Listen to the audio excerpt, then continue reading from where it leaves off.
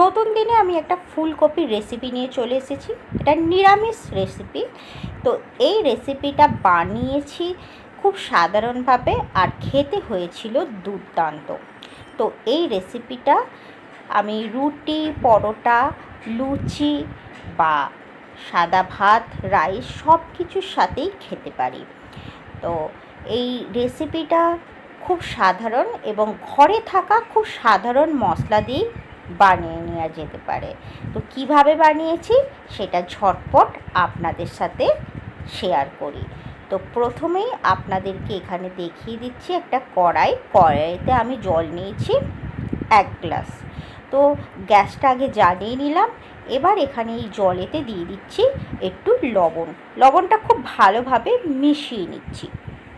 ব্যাস, জলটা আমার মোটামুটি একটু গরম হয়েছে। এবার দিয়ে দিচ্ছি ফুলকপি। আমি সেদ্ধ করব না, জাস্ট ফুলকপিটাকে একটু হালকা, মানে আমি গরম জলে বলতে পারেন একটু ফুটিয়ে নিচ্ছি। ব্যাস, এইটা প্রথমে আমি করে নিচ্ছি। দেখুন, একটুখানি জাস্ট আমি মানে হালকা ফুটিয়ে নিলাম। জল থেকে ছেঁকে আমি একটা পাত্রেতে তুলে দিচ্ছি। এই জলটা এবার আর কাজে লাগবে না, ফেলে দিচ্ছি। আবার কড়াইতে দিয়ে দিচ্ছি তেল, সাদা তেল। আমি সাদা তেল ইউজ করছি। তো সাদা তেলেতে এখানে আমি তেলটা গরম হয়েছে কি না একটু দেখে নিলাম। তারপর এখানে দিয়ে দিচ্ছি হলুদ। আর এখানে আমি প্রথমে কি করছি, আলুটা আমি ভেজে নিচ্ছি। একটু বড় বড় সাইজ করে আলু কেটে নিয়েছি, যেহেতু আমি কপিটা একটু বড় বড় করে কেটে নিয়েছি, তাই এখানে আলুটাও কেটেছি।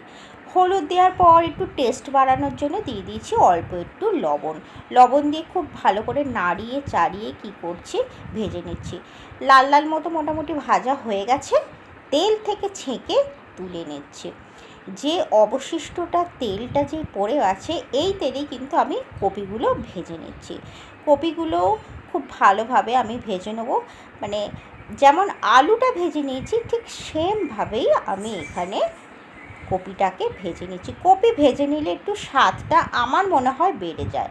আর একটু স্বাদ বাড়িয়ে দিতে এখানে একটুখানি দিয়ে দিয়েছি লঙ্কার গুঁড়ো আর অল্প একটু লবণ দিয়ে মোটামুটি দেখুন নাড়িয়ে চাড়িয়ে একটু ভালোভাবে ঠিকঠাক করে ভেজে নিচ্ছি।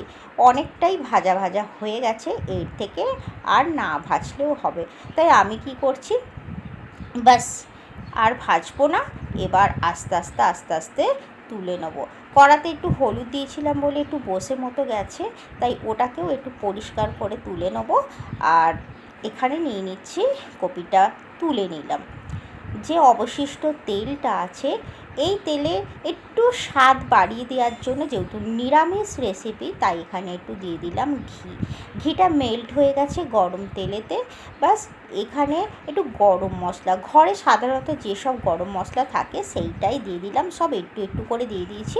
আর তেজপাতা, শুকনো লঙ্কা, গোটা জিরে ফোড়ন এইসব দিয়েছি। খুব সুন্দর একটা গন্ধ আসলে এই সময় দিয়ে দিচ্ছি অল্প একটু আদা বাটা।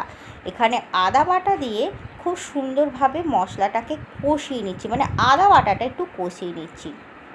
অল্প একটু হলুদ দিয়ে দিচ্ছি একটু লঙ্কার গুঁড়ো, আর এখানে দিয়ে দিচ্ছি দেখুন একটু ধনে গুঁড়ো। সমস্ত ভালো করে শুকনো মশলাগুলো ভাজা হয়ে গেলে এখানে দিয়ে দিলাম কাজু বাদাম, পোস্ত, খুব ভালো করে দিয়ে দিয়েছি, আর চারমগজ। একটু কষিয়ে নিচ্ছি, ভালো করে একটু কষিয়ে নিচ্ছি। আর গ্যাসের ফ্লেমটা একদম লো টু মিডিয়ামে করে কষাচ্ছি। অল্প একটু জলের আমার মনে হয়েছিল প্রয়োজন আছে, না হলে কি হবে, মশলাটা নিচেতে লেগে যাচ্ছিল। তাই একটু মানে জল দিয়ে ভালো করে কষিয়ে নিচ্ছি। তেল ছেড়ে যাচ্ছে, তাই এখানে দিয়ে দিলাম অল্প একটু চিনিটা দিলে মিষ্টি হয় না, বেশ ফ্লেভারটাকে বেশ ব্যালেন্স করে। এবার সমস্ত ভাজা যে কপি আছে আর আলু আছে দিয়ে সুন্দরভাবে কষাচ্ছি। এখনই দেখতে এত সুন্দর হয়েছে, এখনই মনে হচ্ছে যেন খেয়ে নিই। চিন্তা করুন, কালারটা দেখুন, সামান্যই তো একটু মশলা দিয়েছি, তাতেই এত সুন্দর কালার এসেছে। আর দেখুন গ্রেভিটা কত সুন্দর হয়েছে। আর পরিমাণ মতো দিয়ে দিলাম আর একটু ওখানে লবণ। আর অল্প মানে মিক্সারের জারেতে আমি চারমগজ, পোস্ত আর কি করেছিলাম, কাজু বাদাম বেটেছিলাম। ওই মিক্সারের জারটা ধুয়ে অল্প একটু জল দিয়ে দিচ্ছি। জলটা দিয়ে এখানে কি করছি, একটু সব কিছু একবার নেড়ে চেড়ে দেখে নিলাম পরিমাণটা সব কিছু ঠিক আছে কি না। আর ওপর থেকে এখানে কাঁচা লঙ্কা দিয়ে ঢেকে রেখে দিয়েছিলাম 5 থেকে 10 মিনিট। এবার দেখুন কত সুন্দর হয়ে গেছে, আলুও সেদ্ধ হয়ে গেছে। এবার আর কি, এটা পরিবেশন করতে হবে। তার আগে একটু স্ট্যান্ডিং টাইম দেবো, একটু কসুরি মেথি দিয়ে দেবো ওপর থেকে, আর একটু ঘি দিয়ে দেবো। ঘিটা দিলেও কিন্তু খুব ভালো হয়। তার আগে আমি একটুখানি দিয়ে দিয়েছিলাম গরম মশলা। এবার আপনাদেরকে সার্ভ করে দেখিয়ে দিচ্ছি। দেখুন গরম গরম ভাতে না এই রকম নিরামিষ রেসিপি জাস্ট জমে যাবে। তো এই রেসিপিটা কেমন লাগলো আমাকে কমেন্ট বক্সে লিখে অবশ্যই জানাবেন। আর ভিডিওটা যদি ভালো লেগে থাকে লাইক কমেন্ট, চ্যানেলটাকে প্লিজ সাবস্ক্রাইব করবেন। এরকম যদি রেসিপি আপনাদের দেখতে ইচ্ছা করে অবশ্যই আমাকে কমেন্ট বক্সে লিখে জানাতে পারবেন। আর পরবর্তী ভিডিও আমি নিশ্চয়ই দেবো।